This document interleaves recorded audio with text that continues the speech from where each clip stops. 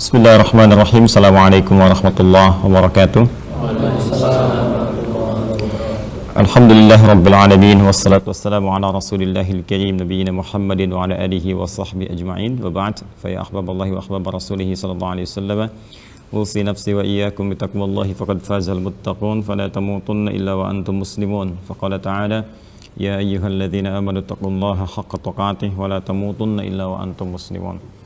Saudara-saudariku sekalian, dimanapun Anda berada, teman-teman, bergabung kembali dalam Madrasah Imam Al-Bukhari.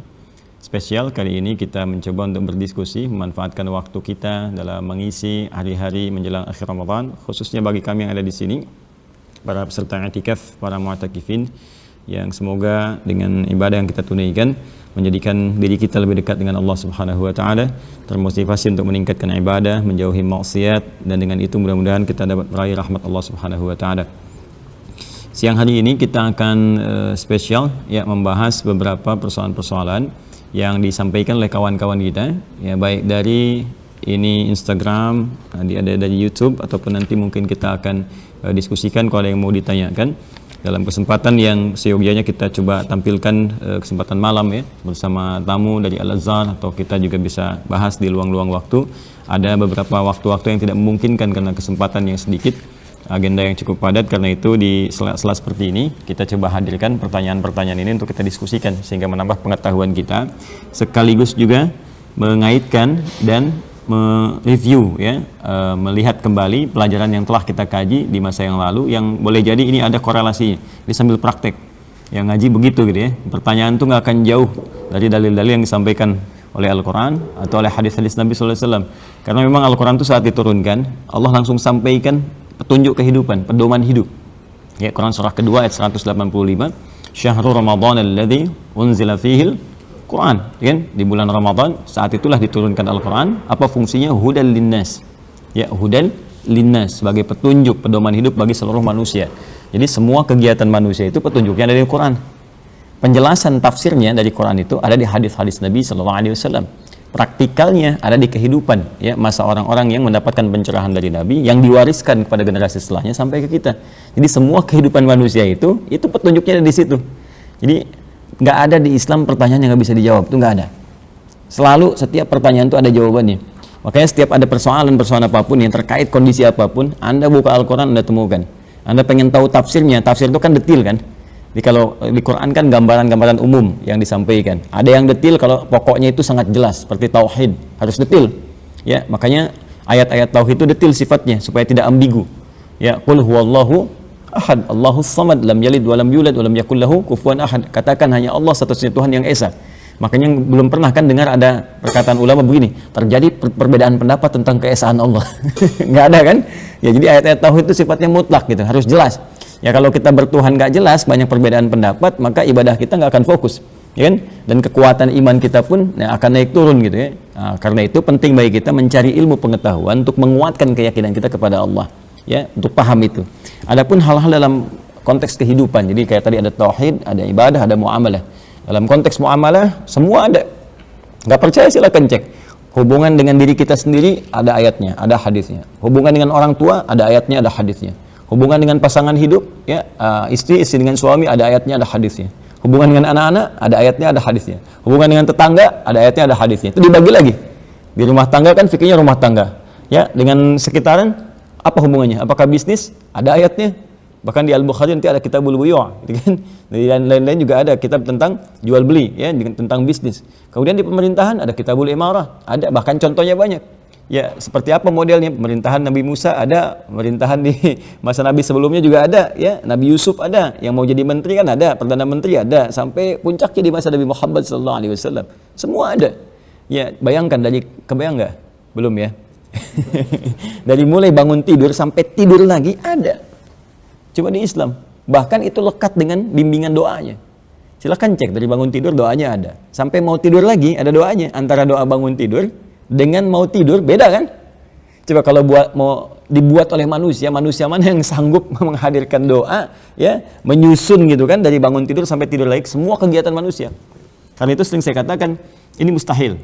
Mustahil Islam itu rekayasa buatan manusia, mustahil Al-Quran itu buatan manusia, mustahil apa yang disampaikan Nabi sallallahu alaihi wasallam adalah kehendak Nabi sendiri. Makanya tegas Allah menyampaikan, wa ma yantiqu 'anil hawa in huwa illa wahyu yuha. Apa yang disampaikan oleh Rasulullah SAW adalah petunjuk Allah Subhanahu wa taala.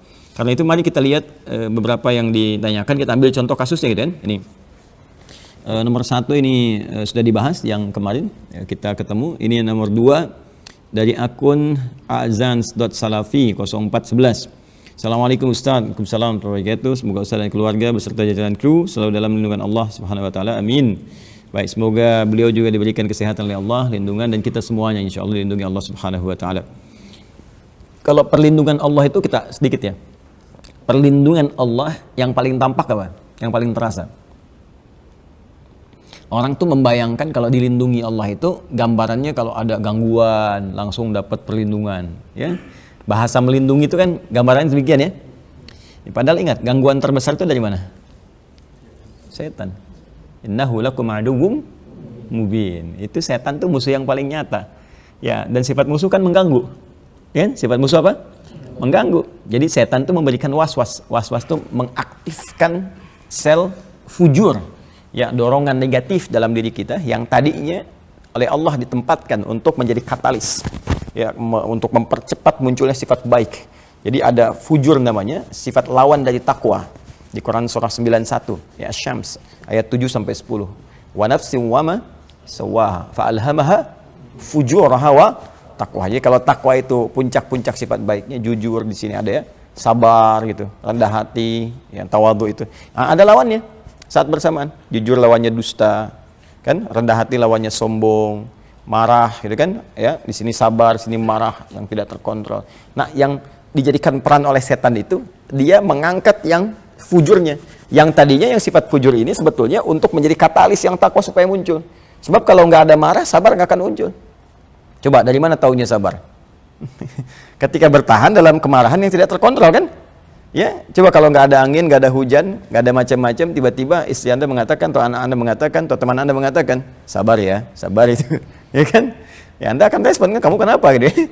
Ya, jadi harus ada seperti itu, dibuat demikian, bukan ingin menciptakan orang-orang dengan karakter yang buruk, bukan. Asalnya menjadi katalis. Nah, cuma untuk memanfaatkan ini menjadi katalis, takwa harus dilatih, maka muncullah ibadah. Karena itu ibadah itu didesain oleh Allah itu salah satunya untuk menguatkan sinyal takwa. Ya, karena itu ditemukan dalam Al-Quran, perbuatan-perbuatan baik dalam bentuk ibadah, itu kalau nggak diawali, diakhiri dengan takwa. Kita sholat misalnya, kan awalnya takwa dulu. Dzalikal kitabu la raiba fihi hudal lil muttaqin. Siapa muttaqin orang takwa? Alladzina yu'minuna bil ghaib wa yuqimunas shalah. Jadi untuk mendapatkan takwa, kita sholat. Supaya sifat baik itu muncul. Makanya di antara fungsi sholat itu, Quran surah 29, ayat ke-45, Innas salata tanha lil fahsyai wal munkar. Ya, jadi kalau orang salatnya bagus, ya dia bisa mencegah dari perbuatan keji dan munkar. Ya, puasa, kita sekarang puasa nih. Tujuan puasa apa? Membangkitkan sinyal takwa. Ya, ya ayyuhalladzina amanu kutiba alaikumus shiyam kama kutiba alal ladzina min qablikum la'allakum tattaqun. Al-Baqarah 183. Nah, cuma kalau ibadahnya malas ibadah, jarang baca Quran, ya, jarang salat, jarang puasa dan sebagainya. Ini dimanfaatkan oleh setan, nanti takwanya lemah, lawannya naik. Kan rumus hidup begitu. Kan selalu keseimbangannya begini. Kalau soleh naik, salah turun. Kalau salah naik, soleh turun. Ya, orang tuh biasa begitu saja. Semua akan nempel ke dalam perangkat tubuh kita, rumusnya begitu. Mata selalu melihat yang baik, maka pada yang jelek kita akan anti. Nggak mau ngelihat yang jelek. Kita palingkan, nggak enak ngelihatnya. Tapi kalau terbiasa melihat yang haram, yang jelek-jelek, yang halal, yang baik-baik, akan anti juga. Ya, nggak enak, lihat ulama nggak enak, lihat Quran nggak enak, lihat orang ke masjid nggak enak, gitu kan? Lihat masjidnya juga kok tiba-tiba jadi marah, gitu kan? Padahal muslim mungkin boleh jadi, tapi karena sering dipakai maksiat, jadi matanya nggak peka kepada kebaikan. Ya, telinga, lisan sampai ke ujung kaki demikian. Konsepsinya seperti itu. Nah, setan mengaktifkan itu supaya muncul ke permukaan. Ya, muncul digoda. Nah, ini adanya di nafas. Nafas adanya di kolbu. Kolbu adanya di sudur. Sodrun, ya, jamaknya sudur. Makanya di surat An-Nas, ya, alladzi yuwaswisu fi sudurin nas. Nah, gangguan setan yang paling utama, dia akan mengganggu kan?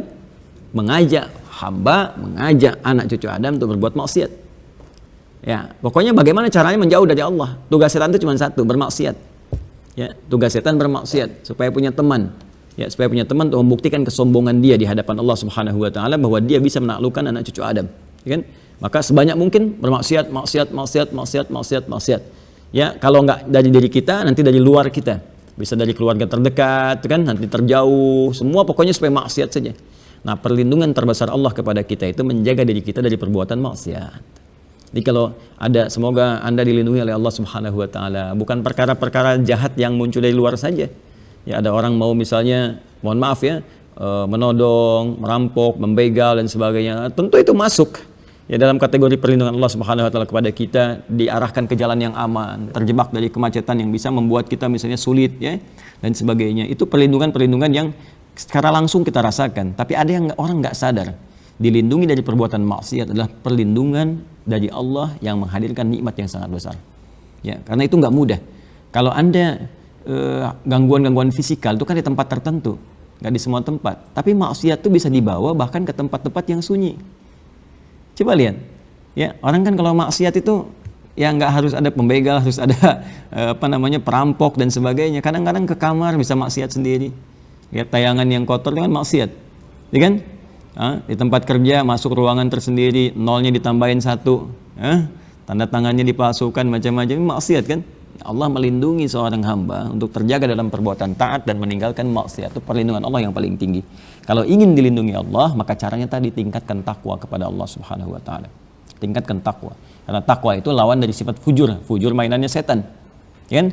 Makanya nanti setan memberikan was-was. Kalau orang dekat dengan Allah, tingkatkan takwa, Allah kirimkan malaikat untuk menjaga dia. Ya, dan malaikat ini nanti ditugaskan oleh Allah untuk merespon, menguatkan sinyal takwanya. Makanya malaikat membisikkan pada jiwa takwa, setan membisikkan pada jiwa fujur. Malaikat disebutkan 88 kali dalam Al-Quran, setan disebutkan 88 kali dalam Al-Quran. Ya, karena itu kalau ada orang kuat dorongan malaikatnya, maka ketika dia misalnya mendengar seruan kebaikan, cepat. Allahu Akbar, cepat. Semakin tinggi sebelum adzan sudah berpikir, sudah siap-siap.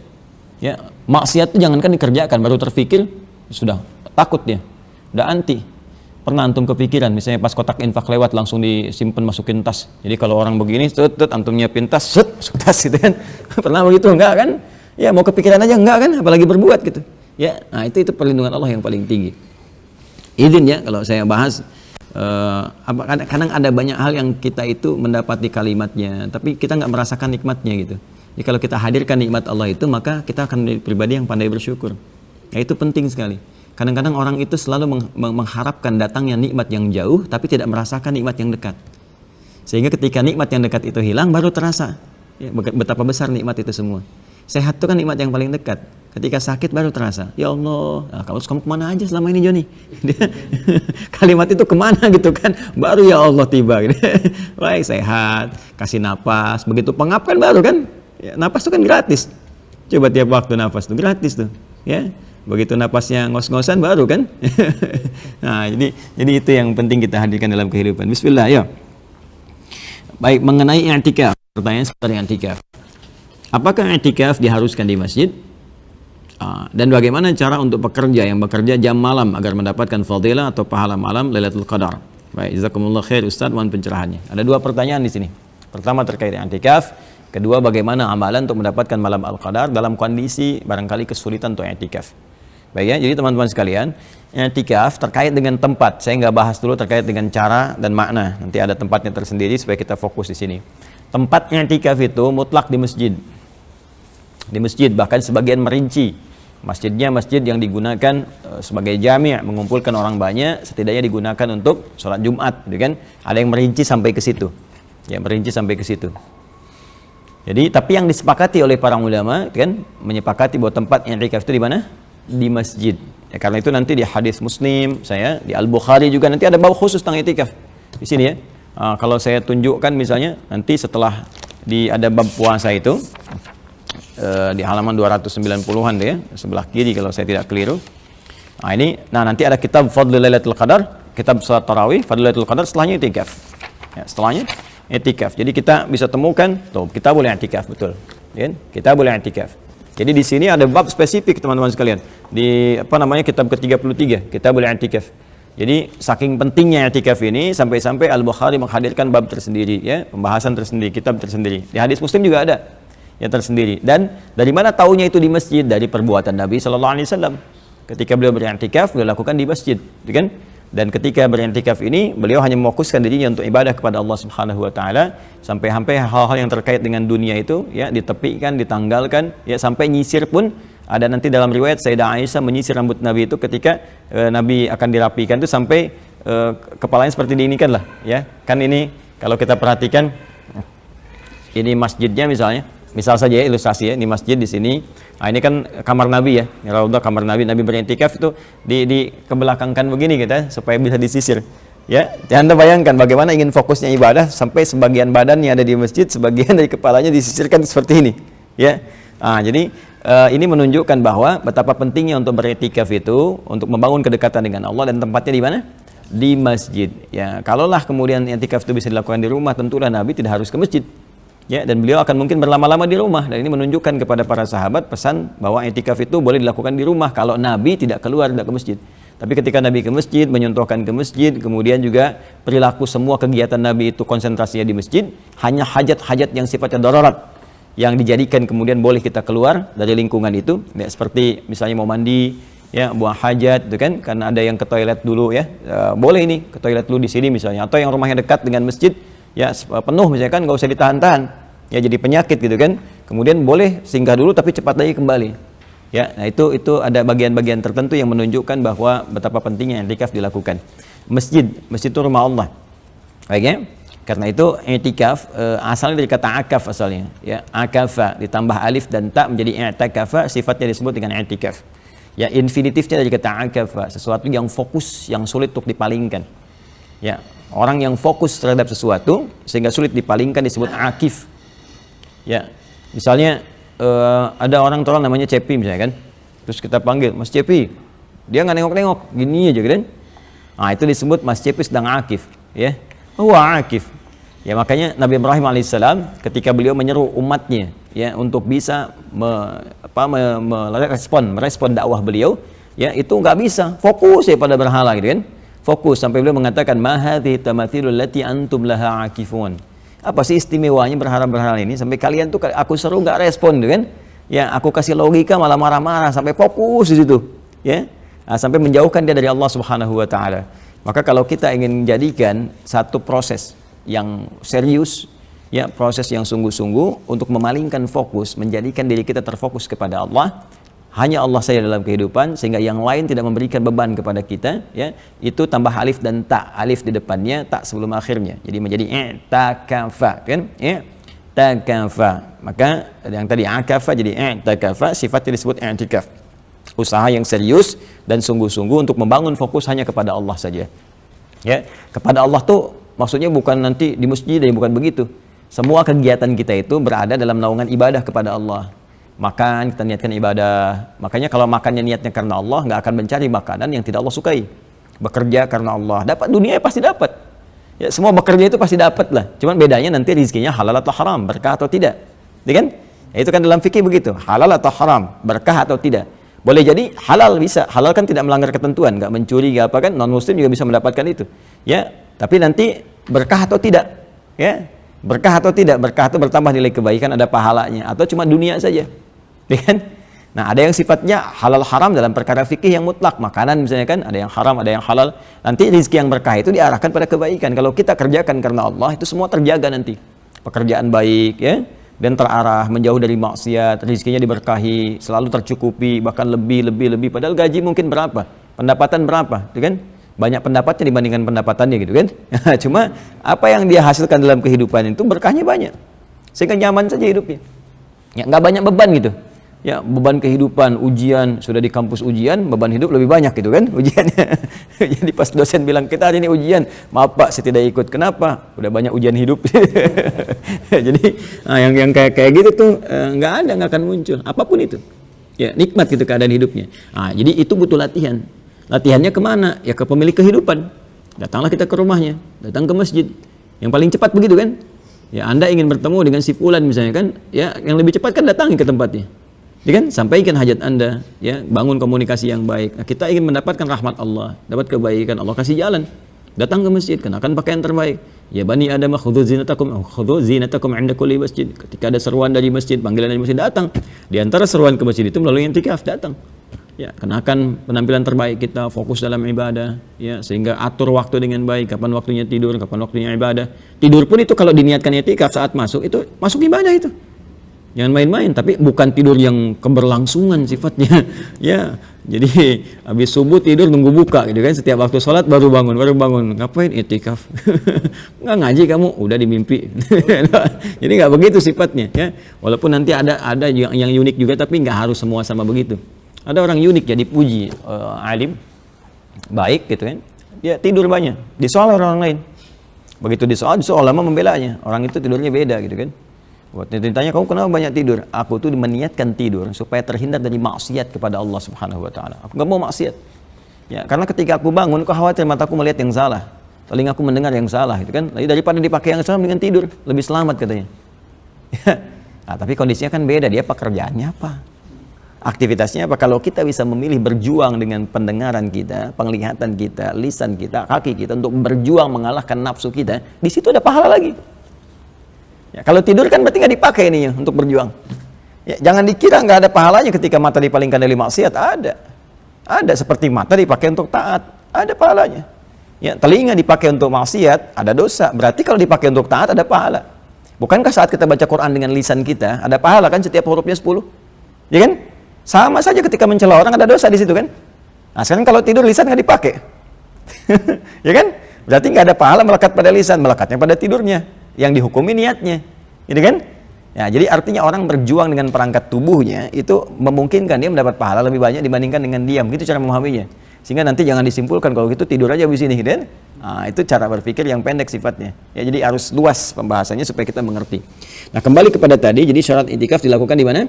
Di masjid, ya. Di luar masjid tidak ada i'tikaf. Makanya ada yang sangat detail sekali, karena Nabi di masjid maka musholla pun tidak masuk dalam kategori i'tikaf. Ya, kalau kita mau ambil esensinya boleh. Esensinya itu fokus. Kita tarik kegiatan untuk fokus kepada Allah. Misalnya di masa pandemi ini ada beberapa masjid yang tutup misalnya kan. Tutup dalam pengertian bukan hilang kegiatan tapi terbatas sekali. Ya hanya pada pengelola masjid saja misalnya, atau adzan, iqamat, salat terbatas ya, karena daerah-daerah merah, daerah-daerah sulit misalnya kan. Nah, jangan dipaksakan dalam kondisi itu. Tarik esensinya. Bawa ke rumah, sediakan satu ruangan dan sebagainya gitu kan, untuk bisa fokus kepada Allah Subhanahu Wa Taala dalam beribadah. Ya, bisa saja, tapi nggak dihukumi i'tikaf. Ya, dihukuminya kita fokus saja untuk ibadah di situ. Ya, cuma kita dapat esensinya. Dan ada perbedaannya ya. Kalau ke masjid kan perangkatnya perangkat yang mendukung kita untuk ibadah. Kayak semalam kita bahas suhbatus salihin, ngelihat orang-orang saleh, gitu kan. Antum mau tidur lihat orang lain sholat, ya kan malu sendiri kan? Ya. Anda mau main-main handphone, yang lain baca Quran, malu sendiri. Tapi di rumah tantangannya apa yang dilihat? Ya. Lihat majalah, lihat tembok, lihat ini, lihat itu. Baru ngaji sebentar, alif lam mim, tang tin tung, tang tin tung. Alif lam mimnya cuma berapa detik, itu jawab handphonenya bisa 5 menit 10 menit. Ya kan? Ya, terus lewat ini, lewat itu. Antum pengen fokus, adik kemudian nonton TV, ya. Keluar berita ini, berita itu, pengen lihat lagi, keluar dan seterusnya. Nah, itu perbedaan-perbedaannya. Makanya di beberapa tempat itu membuat mihrab. Mihrab itu boleh tidak hanya di masjid, di luar masjid pun boleh. Ya, seperti Maryam, ya, Sayyidah Maryam alaihissalam punya mihrab. Dibuatkan kemudian oleh kedua orang tuanya, lalu dibimbing oleh Nabi Zakaria. Itu ada di Quran surah ketiga Ali Imran ayat 37. Ya, wa taqabbalaha fataqabbalaha rabbuha biqabulin hasanin wa ambataha nabatan hasana wa kaffalaha Zakaria. Kullama dakhala 'alaiha Zakaria al-mihrab wajada 'indaha rizqa. Ya, jadi Sayyidah Maryam punya mihrab. Ya, dan itu konteksnya bukan di masjid, bukan di masjid. Ya, kemudian juga Sayyidina Sulaiman, ya, itu membangun mihrab. Bahkan yang disuruh bangunin para jin. Mahari bawa tamathila gitu kan, disuruh bangun mihrab, ya kan, untuk semua bisa berzikir kepada Allah Subhanahu Wa Taala. Jadi boleh kita bangun misalnya mihrab atau bikin musalla atau khususkan tempat tertentu untuk ibadah, walaupun tidak harus luas. Saya dulu pertama ke Indonesia pulang, ngontrak di Ciputat, ya. Kemudian ya petakan-petakan seperti itu, terus kita kasih hamparan sejadah satu bagian untuk jadi mihrab kita untuk ibadah. Ya, fokus kepada Allah dan enak, alhamdulillah gitu, bisa lebih maksimal. Ya. Nah, kemudian bukan aib ya, dunia cuma sementara, kita aja di dunia ngontrak, kenapa harus aib jadi punya kontrakan? Kita di dunia cuma ngontrak, udah gitu ditinggalin kan, selesai kan? Terus kenapa aibnya apa kalau punya kontrakan? Emang di dunia itu ngontrak kok. Jadi yang serasa punya rumah, punya kendaraan itu kan nggak dibawa pulang, kalau punya kita dibawa sampai kuburan. Tapi kan ke kuburan nggak dibawa. Artinya dunia itu selesai, cuma fungsinya aja, digunakan fungsinya selesai. Ya, kita kan punya kontrak di dunia ini untuk kembali ke akhirat. Kontrak kita misi membawa kebaikan sebagai bekal pulang. Jadi kalau kita kontrak misalnya ini bukan aib, ini biasa saja. Ya, bahkan ada para ulama yang tampilannya bagus, tapi ternyata nggak punya rumah. Rumah dalam arti menurut orang rumah tetap dan sebagainya. Nggak ada yang tetap di dunia ini. Ya, madama umur muta'alliq bil umur dunyawiyah fa khalas tazul. Ya, jadi semua yang terkait dengan urusan dunia itu sudah pada akhirnya akan ditinggalkan gitu. Imma kita meninggalkan dunia duluan atau dunia meninggalkan kita duluan. Jelas ya? Jadi hidup itu santai aja gitu. Gak usah terlalu capek. Tuntutan nafsu itu kalau banyak dipenuhi bikin capek. Ya. Ya, saya merasakan itu nyaman aja gitu. Ikutin aja. Gak ada bedanya kok. Gak ada demi Allah saya katakan, orang yang visinya jelas gak ada bedanya. Jadi kita cuma istilah manusia saja. Ini posisinya ini posisinya itu, tidak. Itu kembali kepada kita. Tinggal kita mau milih jalur yang mana untuk bertakwa kepada Allah. Jalur ilmu yang seperti saya ambil sekarang. Jalur harta silakan boleh seperti Utsman bin Affan, Rahman bin Auf, ya kan? Ya, jalur saya itu ada Ali bin Abi Thalib, Abu Hurairah, saya ikuti itu. Jalur harta ada, jalur kedudukannya boleh silakan. Ya seperti Amr bin As, gitu kan? Atau misalnya khalifah-khalifah yang 4, gitu kan? Itu ambil kedudukan juga. Atau dengan tenaga seperti Bilal bin Rabah. Bilal adzan Allahu Akbar, kan? Begitu selesai adzan Nabi komennya di like sahabat, di share tabi'in, nyampe ke kita. Kata Nabi apa komennya? Aku dengar suara terumpah Bilal di surga. Bilal sederhana, wih adzan masuk surga, ngapain bisnis? Ngapain bisnis katanya? Saya nggak mau kedudukan, nggak mau harta, hidup aja buat pulang katanya kan. Adzan masuk surga, ya udah konsisten adzan aja. Makanya fikih marbot belum pernah ada kan? Ya, dan nggak dibahas yang kayak gini gitu. Jadi motivasinya nggak berlebih. Ya, jadi motivasinya kadang-kadang apa ya? Jadi kembali ke dunia lagi gitu. Ya, ada lagi yang orientasinya berapa gajian di situ berapa? Capek. Ya capek karena rezeki itu udah teratur. Surga kita yang belum jelas gitu. Rizki itu teratur, jadi nggak usah terlalu membayangkan gimana. Cuma di beberapa kegiatan itu memang Allah menempatkan kemuliaan. Ya seperti di pengetahuan ada kemuliaan, di ilmu ada kemuliaan. Yarfa'illahu alladhina amanu minkum walladhina utul ilma. Makanya jadi ulama terangkat, imannya kuat terangkat. Jadi kita kalau rajin ibadah, Allah akan titipkan di kolbu orang sekitaran kita itu rasa hormat. Nggak percaya silahkan rajin ke masjid, rajin baca Quran, kan rajin aja. Orang itu akan melihat persepsi kita akan berubah. Ada penghormatan, ada segan. Itu yang Allah titipkan, cahaya kebaikan. Sama dengan ilmu. Coba begitu Anda mengajar kan, walaupun di ngajar sekolah biasa gitu kan, sekolah umum gitu kan, orang kan bilangnya apa? Pak Guru, Bu Guru, ya kan? Sekolah agama Ustadz, ya kan? Saya dipanggil Ustadz, antum dipanggil Ustadz. Apa bedanya sama-sama Ustadz kan? Jelas ya? Ya, Masya Allah gitu. Pergi ke Timur Tengah sebentar, pulang-pulang ke sini Syekh. Gitu ya? Nah, jadi itulah kehidupan tuh begitu. Dan itu bisa dihasilkan lewat i'tikaf. Jadi kalau i'tikaf tuh nggak mampu melahirkan pribadi demikian, berarti ada yang kurang sempurna. Ya, kok pulang i'tikaf makin galau? Pulang i'tikaf nyari dunia. Berarti ada yang salah gitu. Ya, ada yang salah. Nah, dunia itu bukan ditinggalkan. Dunia bukan ditinggalkan. Dunia itu hanya ditumpangi saja supaya menjadi perahu akhirat kita dalam nilai-nilai kebaikan. Nah, bagaimana? Yang pertama berarti terjawab ya. Nah, berarti i'tikaf bukan di rumah kan? Baik. Dan di sini para akhwat juga tidak harus kemudian melancarkan protes bagi sampai demo misalnya kan. Akhwat nggak bisa i'tikaf, tidak. Ya, akhwat itu perempuan-perempuan tuh, wah Masya Allah itu rohsahnya luar biasa, dan di balik rohsah itu ada hikmah serta pahala. Ya. Misal yang sudah berumah tangga gitu kan, kalau dia ada suami, ada istri, ada anak dirawat, dia cukup memfasilitasi suami atau anaknya untuk beritikaf, dia keluar masjid difasilitasi, diberikan bekal-bekalnya dan sebagainya, disiapkan, itu dapat pahala yang sama dengan apa yang dikerjakan di luar rumahnya. Seperti itu Nabi menyampaikan di hadis Muslim kalau ada perempuan Ansar, rapat perempuan tuh, ya, perempuan cerdas-cerdas, nalarnya rapat. Tanyakan kamu utusan kepada Nabi, tanyakan deh, itu bahasa kita begitu. Enak jadi laki-laki tuh. Ya, tapi nggak ada yang transgender waktu itu. Ya, cuma kepikiran gimana caranya bisa menyaingi itu. Nggak ada ganti-ganti nama, ganti suara gitu kan, ganti penampilan itu nggak ada. Ya, dia enak, laki-laki bisa ke masjid, laki-laki bisa haji kapan saja, bisa ikut jihad dan sebagainya. Kita bagaimana pahala kita kan ya? Nah, maka diutuslah seorang untuk bertanya pada Nabi. Begitu dia bertanya, Nabi langsung jawab. Pertanyaan pertama Nabi kepada para sahabat, adakah yang terbaik kalian bertanya seperti yang perempuan ini? Jadi maksudnya saya belum dengar pertanyaan terbaik seperti yang ini gitu ya. Kualitasnya bagus gitu ya. Maka apa yang terjadi kemudian? Maka kata Nabi, apa yang dikerjakan para lelaki di luar rumah, maksudnya para suami-suami ya, di luar rumah, baik dia sholat, haji dan sebagainya, kalau istri-istrinya, perempuannya ridha dengan itu semua, dia menyiapkan, dia mendukung, dia mensupport, maka perempuan itu mendapatkan pahala yang sama dengan yang dikerjakan laki-laki tanpa dikurangi sedikit pun.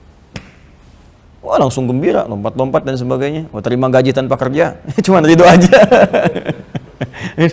Ridho tuh itu dianggap biasa. Lihat di akhirat nanti, jangan dianggap biasa gitu. Ya, jangan dianggap biasa. Banyak sekali hal-hal yang baik yang bisa didapatkan. Sama aja. Ya, di dalam rumah kan nggak ada yang protes, nggak ada yang pukul-pukul, tok tok tok tok tok tok bikin apa?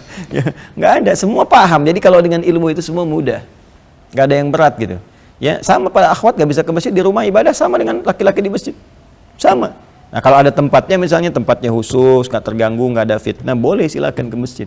Tapi kalau nggak ada demikian, apalagi situasi begini, nggak usah dipaksakan. Nah, dengan ilmu itu jadi mudah. Dengan ilmu nggak ada protes, nggak ada bikin status, nggak ada macam-macam, nggak ada berpikir yang berlebihan, sampai bikin aliran Islam liberal, Islam ini, Islam itu, untuk nyari keinginan sendiri gitu. Ya, paham ya? Nah, jadi itu poinnya. Bagaimana mendapatkan pahala malam Al-Qadar? Ya, malam Al-Qadar. Kalau sekiranya tidak bisa i'tikaf, malam Al-Qadar itu nggak ada kaitan dengan i'tikaf. Ingat, nggak ada kaitan langsung dengan i'tikaf. I'tikaf itu hanya perantara untuk mendekatkan diri kepada Allah supaya kita bisa konsentrasi ibadah. Tapi setiap yang i'tikaf belum tentu dapat fadilah Lailatul Qadar. Kalau malamnya nggak ibadah. Jadi malam Al-Qadar itu, Lailatul Qadar hanya terkait dengan ibadah yang dilangsungkan di malam-malam Ramadan. Satu di antara sekian malam itu ada bonus yang diberikan oleh Allah berupa apa? Berupa pahala yang berlipat lebih daripada 1000 bulan. Jadi kisahnya begini. Kisah tentang turunnya Quran surah 97. Al-Qadar. Inna anzalnahu fi Lailatul Qadar. Wa ma adraka ma Lailatul Qadar. Lailatul Qadar khairum min alfi syahr. Demikian seterusnya ayat. Jadi begini, satu kali Nabi diberikan gambaran oleh Allah Subhanahu wa taala tentang bagaimana kehidupan umat di masa sebelumnya. Lalu Nabi Nuh sekian ratus tahun, kan? Nabi selanjutnya sekian ratus tahun, dia 1000 tahun lebih dan sebagainya.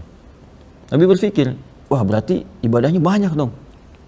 Bayangin ribuan tahun, kalau mereka sholatnya ribuan tahun. Terus pas dipresentasikan umurnya umat Nabi cuma sedikit gitu. Ya, antara sampai ke 60, 70, wa qalilu ma yazidu 'ala dzalik, dan sedikit yang melampaui itu. Jadi di atas 100 itu sedikit. Umatnya Nabi itu sampai ratusan ribuan tahun. Ya kan? Sebelum terus jadi semakin mendekat ke kiamat semakin mengecil termasuk pengecilan fisik. Ya, makanya semakin kecil sampai mau kiamat. Tapi jangan disimpulkan kalau ada orang semakin kecil udah kiamat besok gitu. Kayak gitu juga. Tidak ya. Cara berpikirnya tidak demikian. Jadi nanti ada keseimbangan. Nah, teman-teman sekalian, mohon izin kawan-kawan dimanapun Anda berada, kalau Anda mendengar suara tak tik tuk itu bukan buzzer ya. Itu mungkin ada kegiatan di samping yang berkah suaranya sampai kepada kita ya. Bukan buzzer ya. Bazdaro yubadziru tabdziran fahuwa buzzer. Baik, sama dengan taba ya tubuh YouTubean. Fasbaka yu Facebookan. Jadi saya penting disampaikan supaya kita berprasangka baik untuk semuanya. Baik, jadi kembali ke yang tadi. Nanti ketika meninggal dunia, kemudian kiamat terjadi ya, kembali kepada Allah, nanti akan dibangkitkan semuanya dalam keadaan semua rata ya, usia, bahkan digambarkan dalam hadis itu tingginya sekian hasta, kalau dikalkulasi laki-laki sekitar 27 meter, ya perempuan 17 meter. Nggak usah dibayangin sekarang ya, karena nanti ketika kembali kepada Allah semua rata, semua nggak ada yang tua lagi, nggak ada yang kecil, semua dibangkitkan dalam keadaan yang sangat mulia. Tapi nanti ada bayi-bayi yang protes ya, wa idzal mau'udatu su'ilat bi ayyi dzambil kutilas. Nah, itu pembahasan yang lain nanti ya. Nah, ketika kemudian Nabi merasakan seperti itu, kesempatan umatnya beribadah sedikit, maka turunlah surah ini untuk memberikan bonus kepada umat Nabi Muhammad. Rahmat Allah, kasih Allah sangat luar biasa. Boleh saja umurnya terlihat sedikit, tapi setiap tahun dia berpotensi punya amalan yang lebih daripada 1000 bulan pahalanya. Ingat, bukan 1000 bulan ya, lebih dari 1000 bulan. Khairum min, lebih dari. Ya, kalau lebih dari 1000 bulan berapa? Bisa 2000 bulan, 3000 bulan, 4000 bulan, terserah Allah. Artinya apa? Paling standar 1000 bulan, paling sedikit. Ya, kayak 1000 bulan itu kurang lebih 83 tahun lah. Ya, 83 tahun, 40 harian lah. Ya. Jadi kalau ada orang yang ibadah di malam itu, sholat misalnya, pas bertepatan, Allahu Akbar, walaupun cuma 2 rakaat, itu sama dengan sholat 83 tahun, 40 hari tanpa henti. Allahu Akbar, Allahu Akbar, Allahu Akbar, Allahu Akbar. Bisa begitu nggak? Ya, umurnya cuma 20 tahun tapi dapat pahala sholat 83 tahun, pas baru takbir Allahu Akbar, plak meninggal, pas malam Al-Qadar. Allahu Akbar. Udah dia tobat, gitu kan? Terus dosa diampuni, dosanya 0, dapat pahala 83 tahun. Luar biasa kan? Orang hidup sampai 950 tahun, 1000 tahun. 1000 tahun dosanya 1000 tahun juga kan di bawah dalam hidupnya kan? Terbawa kan? Ya, siapa yang nggak berdosa dalam sehari? Nah, sekarang pertanyaannya, ada nggak jaminan amalnya? Sudah sebanding aja, mau hidup 100 tahun, 200 tahun sebanding aja. Ya, apa yang sebanding itu? Ya, dia dalam sehari berbuat salah juga, berbuat baik juga. Cuma rahmat Allah menjadikan kebaikan 10 kali lipat dari kejelekan. Ya, supaya rahmat Allah turun. Allah tuh kurang rahmat apa lagi tuh? Kalau kita mengerti tentang fikih ini, maka kita akan terus katakan fabi ayyi ala'i rabbikum tukadziban. Karena begitu mengerjakan kebaikan 10, salah 1. Nutupin kan? Jadi rahmat Allah itu lebih dahsyat dibandingkan dengan hukumannya, dengan amarahnya. Ya, tapi kalau orang nggak dapat rahmat Allah, ya itu karena kekurangan dirinya. Kekurangan yang dimaksudkan ya keterlaluan gitu. Allah udah tawarkan begitu, gak dia dapatin juga, gak berusaha juga. Nah, ini malam Al-Qadar ini spesial untuk menyusul umat-umat sebelumnya, diberikan keutamaan, diberikan kebaikan. Karena memang umat Nabi Muhammad ini spesial. Umat dulu beriman, wajar. Nabinya ada. Lihat nabinya langsung. Ya, tapi mereka masih ingkar juga. Kebayang gak umatnya Nabi Musa? Itu Musanya ada, tongkatnya ada, dibelahnya kelihatan, Fir'aun ditenggelamkan, dilihat oleh mata kepalanya sendiri. Masih kufur juga. Gitu. Terus ikut Nabi Musa tuh. Ya, diberi anugerah oleh Allah, masuklah ke kota ini. Ya, emang ada gangguan sedikit, tapi dengan masuk aja, kalian nanti akan berhasil. Gak mau masuk juga, apa jawabannya? Buka Al-Maidah ayat 24. Ya, paling kiri sebelah atas. Qalu ya Musa, inna lanadkhulaha abadan madamu fiha. Ya, fadzhab anta wa rabbuka faqatila innaha huna qa'idun. Musa, gak mau ah. Ada preman malas di situ. Kamu aja dengan Tuhan kamu pergi ke sana, perangi dulu mereka. Kami duduk di sini. Kalau menang kasih tahu. Tuh bayangin, kebayang nggak? Nabi Isa kurang apa mujizatnya? Ya, sentuh penyakit sembuh. Ya, dengan izin Allah disebutkan hidup dengan izin Allah. Allah yang kemudian hidupkan. Semua kebaikan di depan matanya dicari-cari mau disalib. Umat Nabi Muhammad kayak kita ini nggak lihat nabinya beriman. Nggak lihat nabinya. Bahkan mungkin dalam mimpi, belum tentu melihat Nabi. Masih beriman. Itu luar biasa gitu. Itu luar biasa. Makanya Allah kasih rahmat banyak sekali untuk umat ini. Umat Nabi Musa ada najis disobek dulu. Ya, nggak bisa dibersihin. Sobek, najis di lutut, sobek. Situ baru suci. Kita tinggal dibersihin. Fikih 3 cara. Hilang warna, hilang bau, hilang rasa. Ya kan? Warna hilang, cuci hilang. Bau tinggal dicium. Rasa gimana tuh? Nah, kotoran kucing dilepas gitu kan, nempel, warna hilang, bau hilang, rasa gimana? Jilat tuh dong, yummy, enggak kan? Enggak kan? Ya, itu ada feeling namanya. Ya, ghalabatul dzan yang paling kuat dugaan kita itu yang ditetapkan. Nah, tapi rahmat Allah menjadikan hilang, udah cuci, nggak usah bolong-bolong. Makanya saya sering katakan kalau ada orang yang pakai pakaian punya jin dipakai juga, terus ada yang sobek, ada yang apa, saya sering bercanda mengatakan tuh umat Nabi Musa nyasar ke sini. Nah, itu canda kita aja ya, betul. Variasinya unik gitu ya. Orang dulu pengen berpakaian, punya pakaian disobek, ya. Tapi mungkin mereka punya cara pandang tersendiri, asal jangan membuka aurat lah gitu ya, atau merusak yang jauh. Maka turunlah surah Al-Qadar, diberikan kemuliaan itu. Maka itu bonus dari Allah Subhanahu wa taala dan itu rahmat. Makanya ketika rahmat jadi mudah. Sebenarnya nggak susah dapat Al-Qadar itu, nggak susah. Gampang, asal tiap malam Ramadan punya space dan spare waktu untuk ibadah. Tempat dan waktu untuk ibadah. Ya nggak harus banyak. Dan rumusnya cepat kok. Salamun hiya hatta matla'il. Jadi dari malam sampai menjelang fajar. Artinya malam itu kan dari ba'da Isya.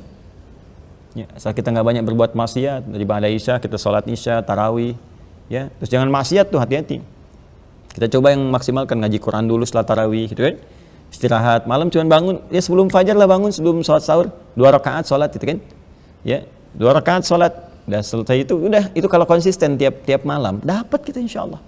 Tiap malam, gitu aja tiap malam, lakukan. Ya kita mengejar ini di akhir-akhir untuk fokus.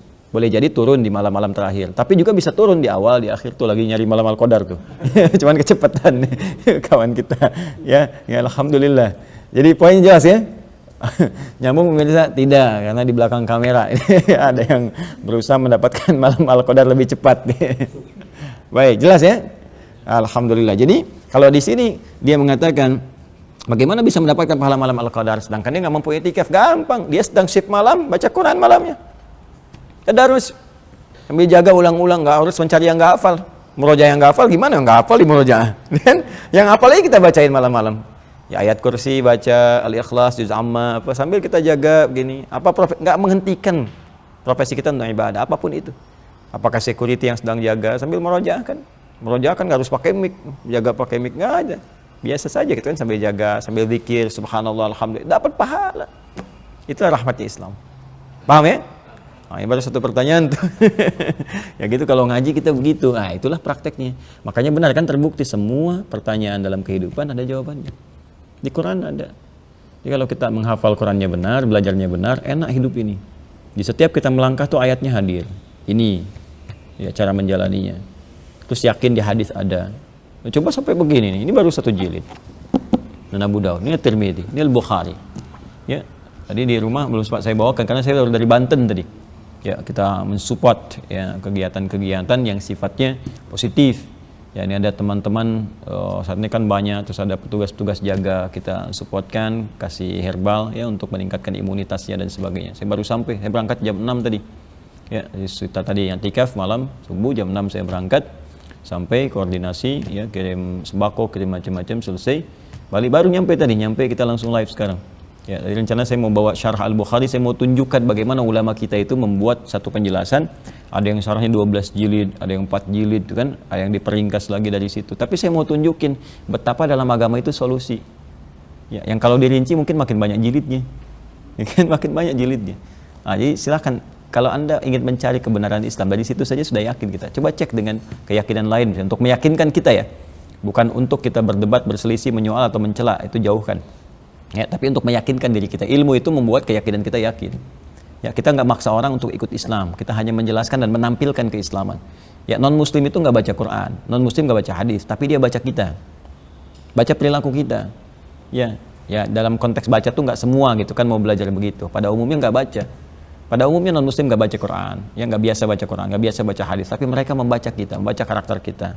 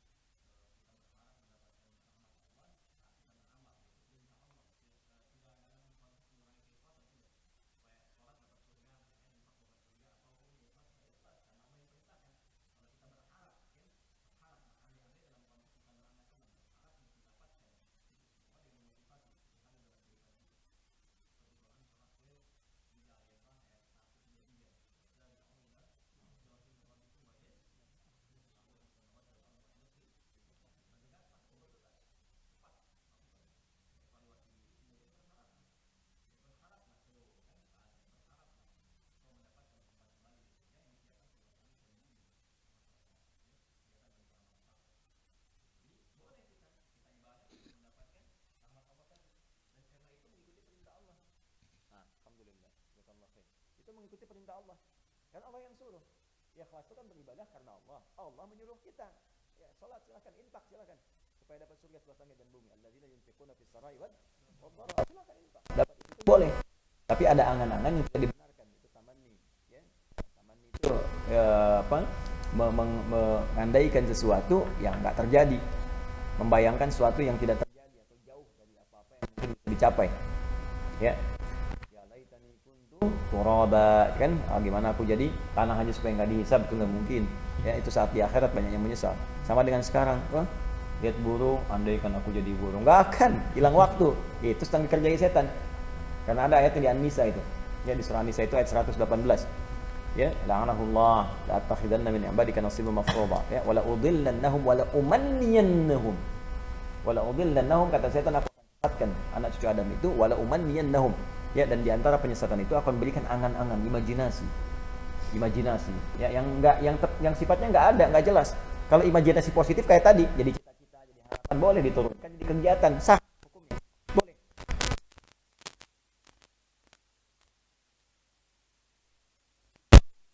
Nanti jadi kegiatan, kurikulum kehidupan, sekolah ditempuh, boleh. Tapi mengadakan sesuatu yang nggak ada, saya pengen terbang pakai sayap sendiri, gimana? Nggak bisa, jadi cuma menghayal aja gitu. Ya, imajinasi yang nggak bisa dicapai, nah itu yang harus dihindari. Cepat palingkan, karena setan akan masuk. Dia udah berjanji, setan itu pasti ada. Coba kalau nggak percaya, muncul kan tempat-tempat kotor tuh kayak di toilet. Makanya orang banyak imajinasi di toilet itu kan. Orang harusnya cepat, dia lama-lama kan. Ngapain? Ini kayaknya sedang ada ide kreatif kok di toilet. Ya, paham ya? Nah, balik ke sini. Nah, seandainya ini, coba kita lihat positif nggak nih? Seandainya kita bangun di waktu yang sudah mepet, waktu sahur, kita dengan subuh, sedangkan kita dalam kondisi junub. Bukan kita kali ini yang nanya, ya. Kalau kita kan ngajak-ngajak ya. Baik, mungkin beliau yang bertanya, seandainya bangun di waktu yang sudah mepet dengan sahur, waktunya mepet ke subuh. Sekarang subuhnya misalnya jam 4.34, gitu kan? Kemudian bangunnya misalnya jam 4, taruhlah 25, ya. Jadi ada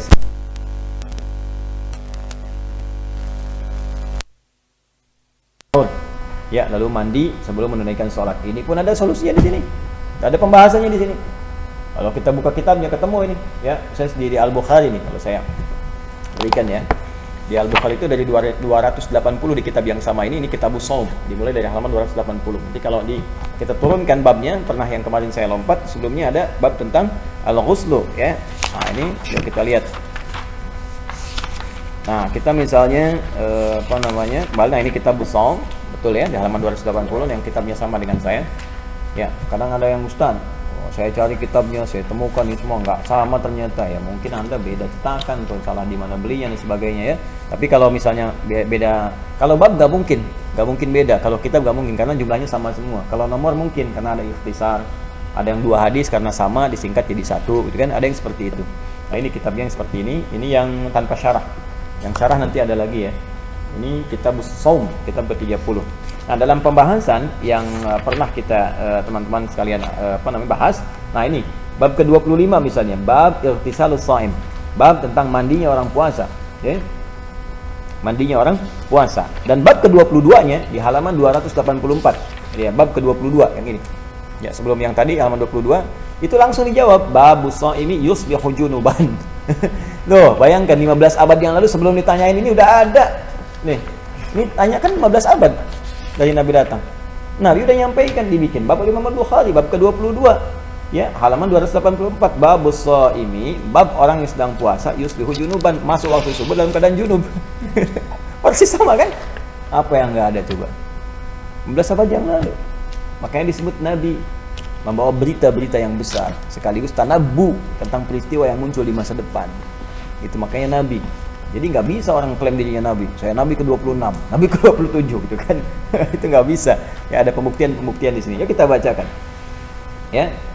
Qala haddatsana Abdullah bin Maslam an Malik an Sumayy maula Abi Bakr ya ibn Abdurrahman ibn al-Harith ibn Hisham ibn Mughirah annahu sami'a Abu Bakr ibn Abdurrahman qala kuntu ana wa abi hina dakhalna ala Aisyah radhiyallahu ta'ala anha wa ummi Salamah ya dan Ummu Salamah radhiyallahu ta'ala anha haddatsana ya Abu Yaman akhbarana Shu'aib an az-Zuhri qala akhbarani Abu Bakr ibn Abdurrahman ibn al-Harith ibn Hisham anna abahu Abdurrahman akhbara Marwan anna Aisyah wa Ummu Salamah radhiyallahu ta'ala anhuma akhbaratahu anna Rasulullah sallallahu alaihi wasallam. Jadi ini hadisnya langsung dari dua sumber, yaitu dari Sayyidah Aisyah dan Sayyidah Ummu Salamah radhiyallahu ta'ala anhuma ya jami'an.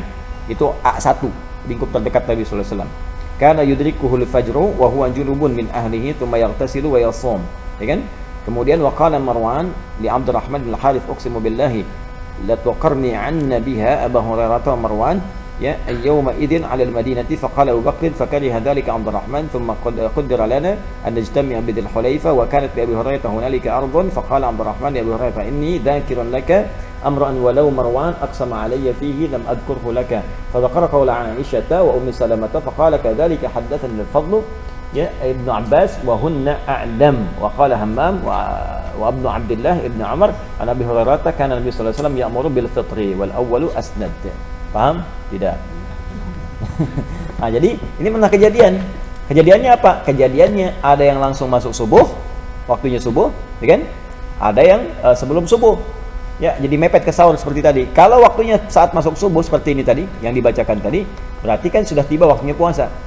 Ya kan? Misalnya ada hubungan seksual suami istri, tiba kemudian kecapean, lelah, tertidur gitu kan, kemudian bangun-bangun pas adzan, Allahu Akbar, bangun gitu kan. Nah, karena sudah adzan, tiba waktunya fajar. Kalau sudah fajar, tiba waktunya puasa. Dalilnya Al-Baqarah 187.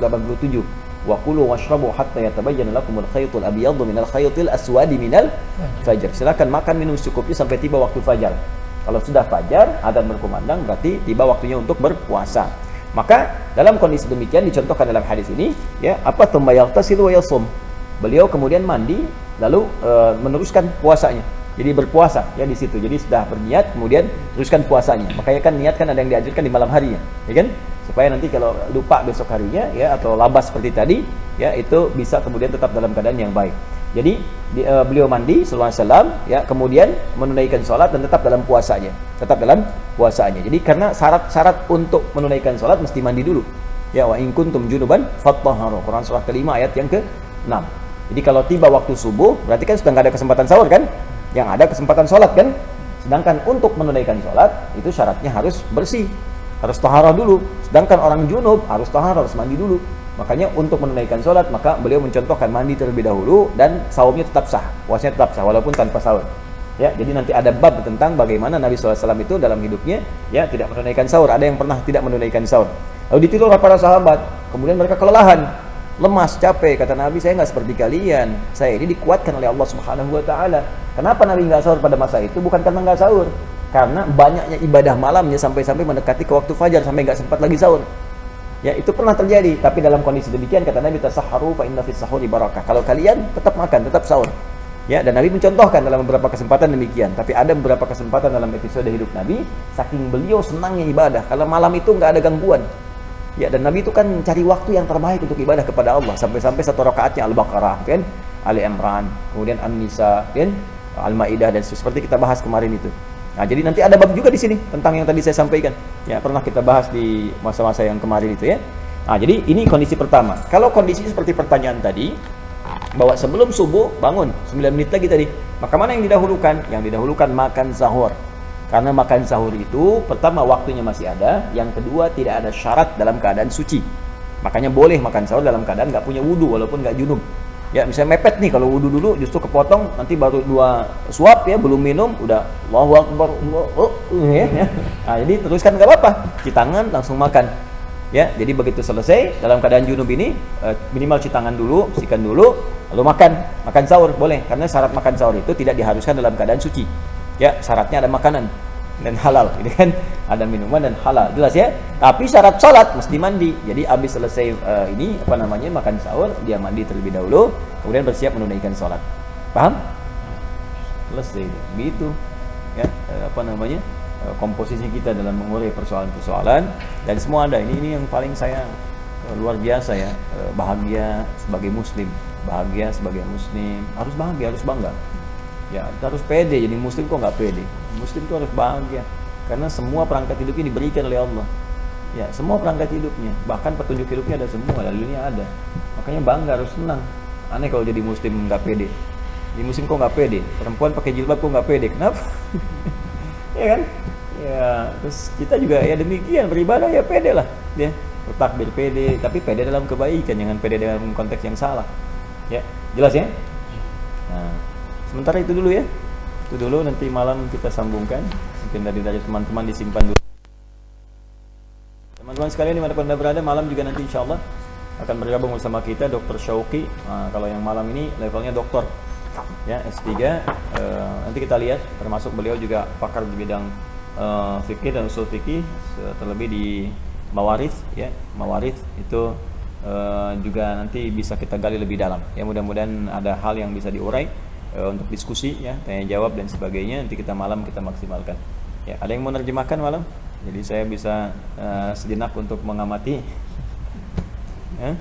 Siapa Faiz? Ustaz mau nerjemahkan? Ya, Bapak mau nerjemahkan? Ya, terjemahkan MC bahasa Indonesia, bahasa Arab, bahasa Indonesia. Khair insyaallah. Baik pemirsa dimanapun Anda berada, Alhamdulillah hari ini telah kita tuntaskan pembahasan kita. Semoga dapat dipahami dengan baik. Apa-apa yang baik tentunya dari Allah dan Rasulnya. Kalau yang salah itu dari saya pribadi, mohon dimaafkan. Dan semoga kita dijaga oleh Allah Subhanahu Wa Taala nantiasa dalam kebaikan, kemuliaan dan dirahmati Allah di bulan Ramadan yang penuh dengan keberkahan ini. Kita kira demikian. Terima kasih. Mohon maaf. Allahumma taqabbal minna innaka antas samiul alim, tub alaina innaka antat tawwabur rahim. Rabbana atina fid dunya hasanah wa fil akhirati hasanah wa qina adzabannar. Fadlika subhana rabbika rabbil izzati amma yasifun wa salamun alal mursalin wa akhir da'wana subhanakallahumma wa bihamdika asyhadu an la ilaha illa anta nastaghfiruka wa natubu ilaik. Alhamdulillahi rabbil alamin. Assalamualaikum warahmatullahi wabarakatuh. Waalaikumsalam.